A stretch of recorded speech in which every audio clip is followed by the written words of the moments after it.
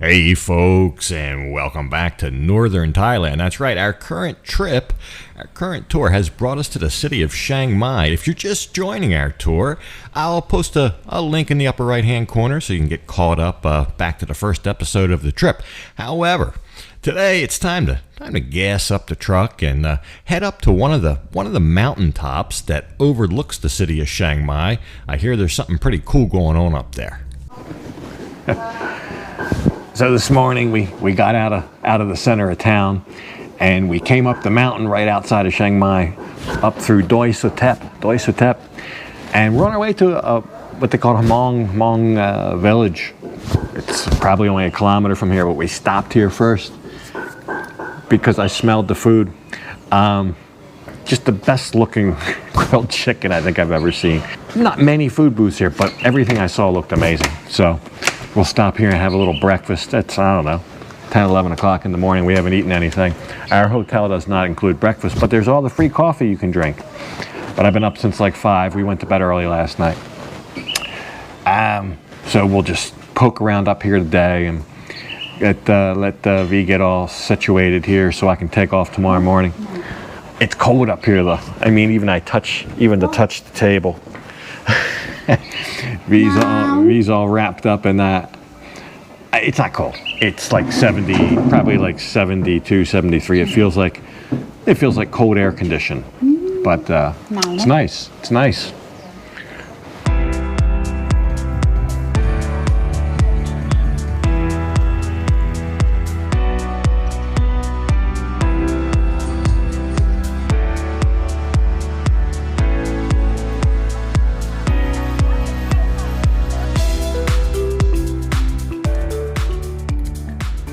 So it's a whole different world up here in the mountains of northern Thailand. For example, one of the big crops they grow up here that you may not see in the lower lands is tea. And this guy's very proud of the tea that he grows. He's selling it here. We'll go over some of the things that you see up here that you won't find elsewhere in Thailand.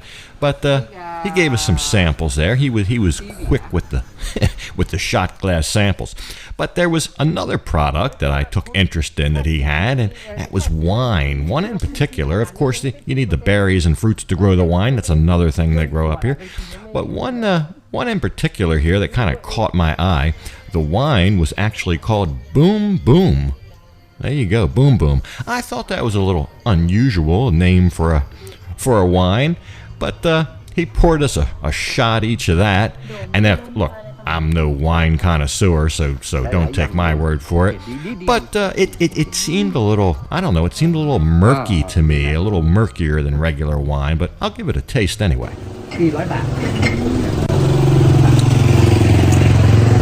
Wow. Now I know why they call it Boom Boom.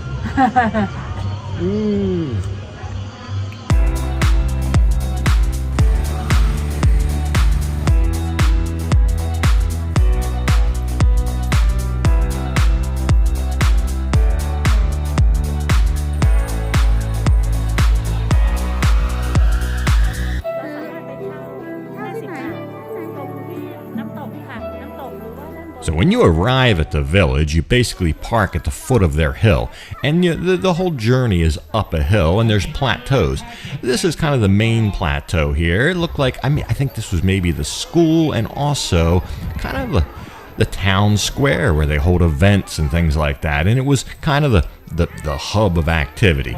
So lots going on here, lots going on there. So V stayed there and saw what there was to see, and I ventured up a little farther up the hill. Oh, wine. Yeah, I have to try to. My village make from here. Can try please. Wow. Yeah, strawberry wine very good. My village make, you know. You want to try? อันนี้อะไร Vodka. เป็น vodka อร่อย Oh, มาก vodka. So the next lady I ran into, I thought she spoke exceptional English. She was lovely, and she had quite an assortment, all kind of different fruit-flavored wines, cherry, mango. Wouldn't mind getting a bottle of each. She also had vodka, so I guess they're growing potatoes somewhere, but I had to ask her if all the other ladies in the village were as lovely as she was.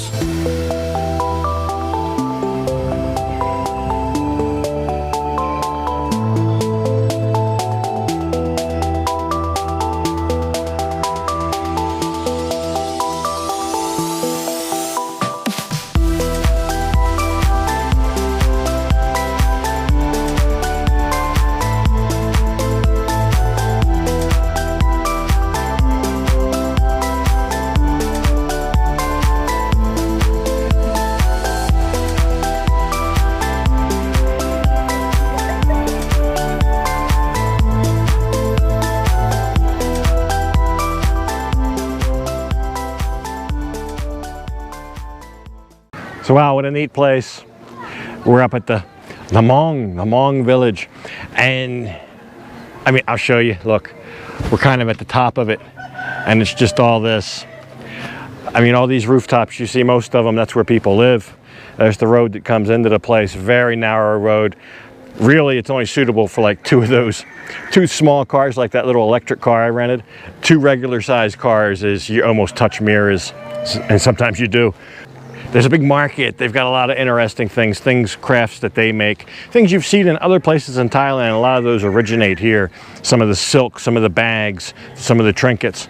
They also grow strawberries up here and things that you can't grow in other places because you have cooler temperatures up here. You got to pay 10 baht. Once you get up so far up the hill, you got to pay 10 baht to continue into a little museum, and which is only 30 cents. And I'll tell you, the minute I walked into it, I felt ripped off. However, if you walk through that, you come out to this beautiful area where I'm standing now. And as soon as I saw that, I felt I felt reconciled. Definitely worth the 30 cents. It's a beautiful flower garden. It's a beautiful lookout up here. And I don't know that you get up here without paying the 10 baht.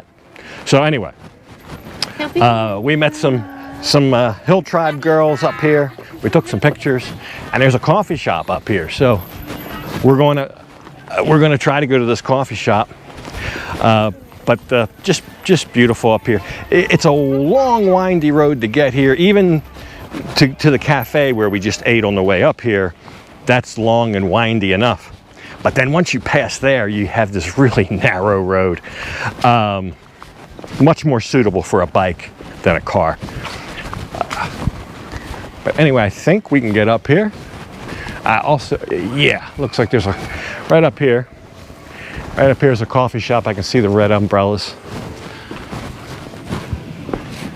These are some of their huts. This is like a hut that, like a sample hut of where they live. Wow, all thatched bamboo. Very small. Very small.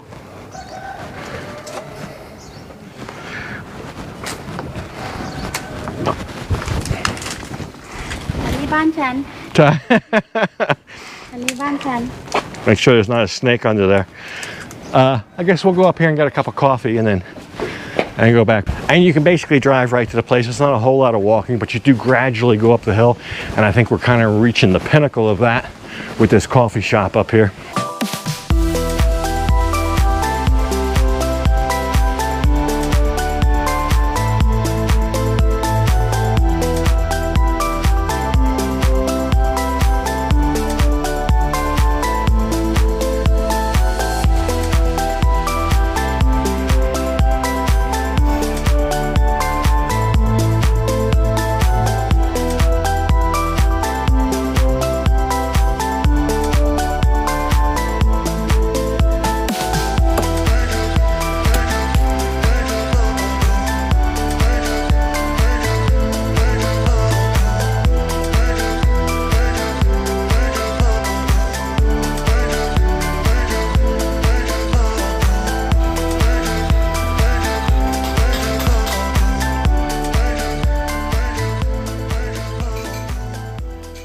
So not your average everyday coffee shop. I mean, it is, but it isn't.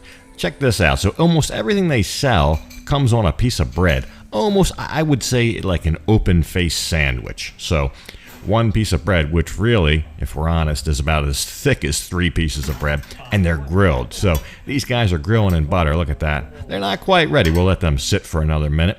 But the coffee and teas and all that, that's pretty normal. I guess with the exception that they do grow their own coffee. These are coffee beans, and they grow and dry it, and then they package that up, and you can actually buy it. They got a couple, I guess, caffeinated, decaffeinated, brown, green. I'm not sure. We didn't buy any, but the bread's done. Look at that. Look at that golden, crusty goodness there. Now, the bread's the same, but then your topping is what is the difference. That's what you choose.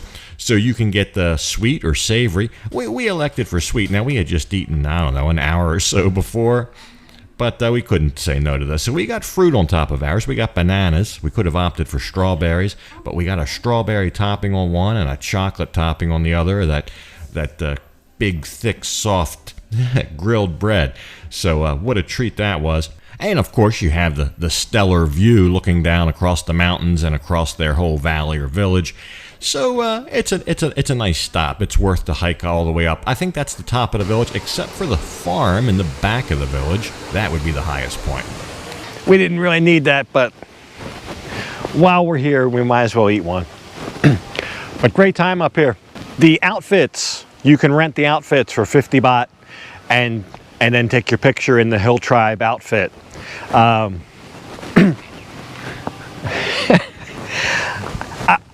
I don't know if it's flattering or not. It's just something different. But wow, they got strawberries as far as the eye can see up here. Look at all this. I guess that's just for show. But they're definitely growing berries. There's a berry down there. And I tell you, I'm just in a short sleeve shirt, but when the wind blows, I'm cold.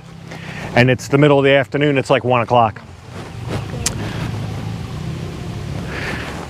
And we got a long winding road back. But I think we've seen everything there is to see. The bamboo, I've never seen bamboo that big. Got to be 60 feet tall, 8 inches in diameter at the base. Probably you could build a bridge out of that and drive a truck over it. It's that strong. I also kind of get the feeling, in terms of the general tourism picture, this being so far up here and out of the way, maybe one of the last places to receive what tourists have come in the last several months. So that's good for them. They a lot of people here today. All right, we're gonna head it back. So for the people still watching that may have an interest, I'll show you where we went this day. So there's the center of Chiang Mai, where we started, where our hotel is. We took the road right out of town. You go up this mountain. Look at that road. And about here we stopped and we had that little morning meal. And then you continue from there and you park at the foot of the village and walk up to the coffee shop. So there are some nice scenic lookout points that you can stop at on your way up or down and get a view of the city. I guess if I had to give a recommendation, that recommendation would be, if possible, if you're equipped, take a bike, don't take a car. The road up there close by the village is just so narrow. We even saw a minivan. I had 3 or 4 or 5 people on it, and the side of it had met with one of the trees on that road. But anyway, let's head back into town.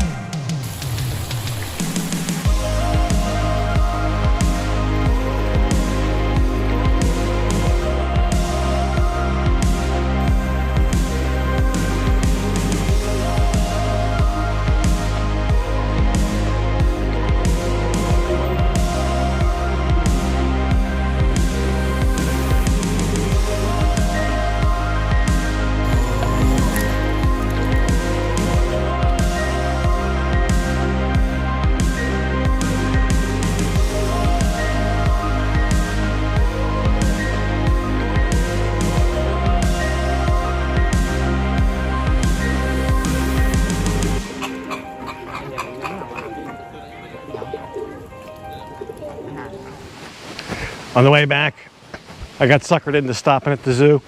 V said there was a big snake show.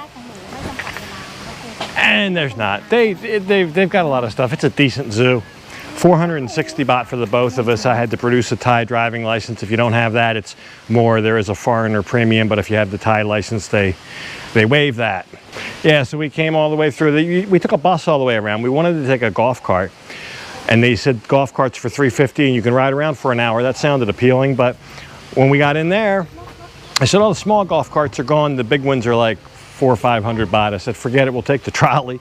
So we took the trolley for 40 baht each and got off at stop number 9, which was the reptiles, and a couple big crocodiles, but only one snake, and he's all curled up in there in that little hut or whatever. Yeah, but it's a pretty nice habitat here. A lot of birds, fish. They had giraffes, some lions. You can see a lot of it from the tram. Others you got to get off at the tram stops and then go through the exhibit, like the reptiles here that we did. So we'll get back on the tram.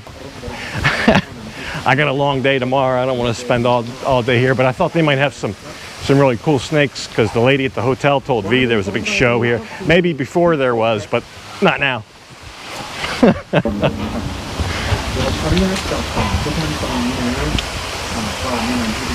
Oh, and 50 baht for parking. It's more than a few turns. It's over 700 to be specific. But anyway, time for me to hit the road. We'll say goodbye to V until Sunday, and we'll be back here Sunday. Today is Thursday. Bye-bye.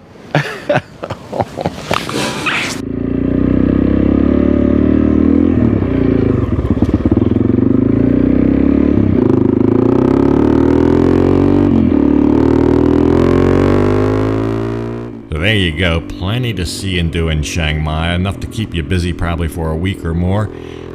But in the next episode, I will be leaving Chiang Mai. V will be staying behind, so we'll see what she sees in Chiang Mai while I see what there is to see up in the windy mountain roads between Chiang Mai and Pai and Mae Hong Son and the highest point in Thailand, Doi Intanon. So we will do a loop. I'll show you, I'll explain all that, give you some options and my impressions, and we'll take a good look at it. But I'll give you a spoiler alert. Best ride of my life. But anyway, I've got to leave this one off right here. And as usual, I'll thank you for watching. And until next time, bye for now.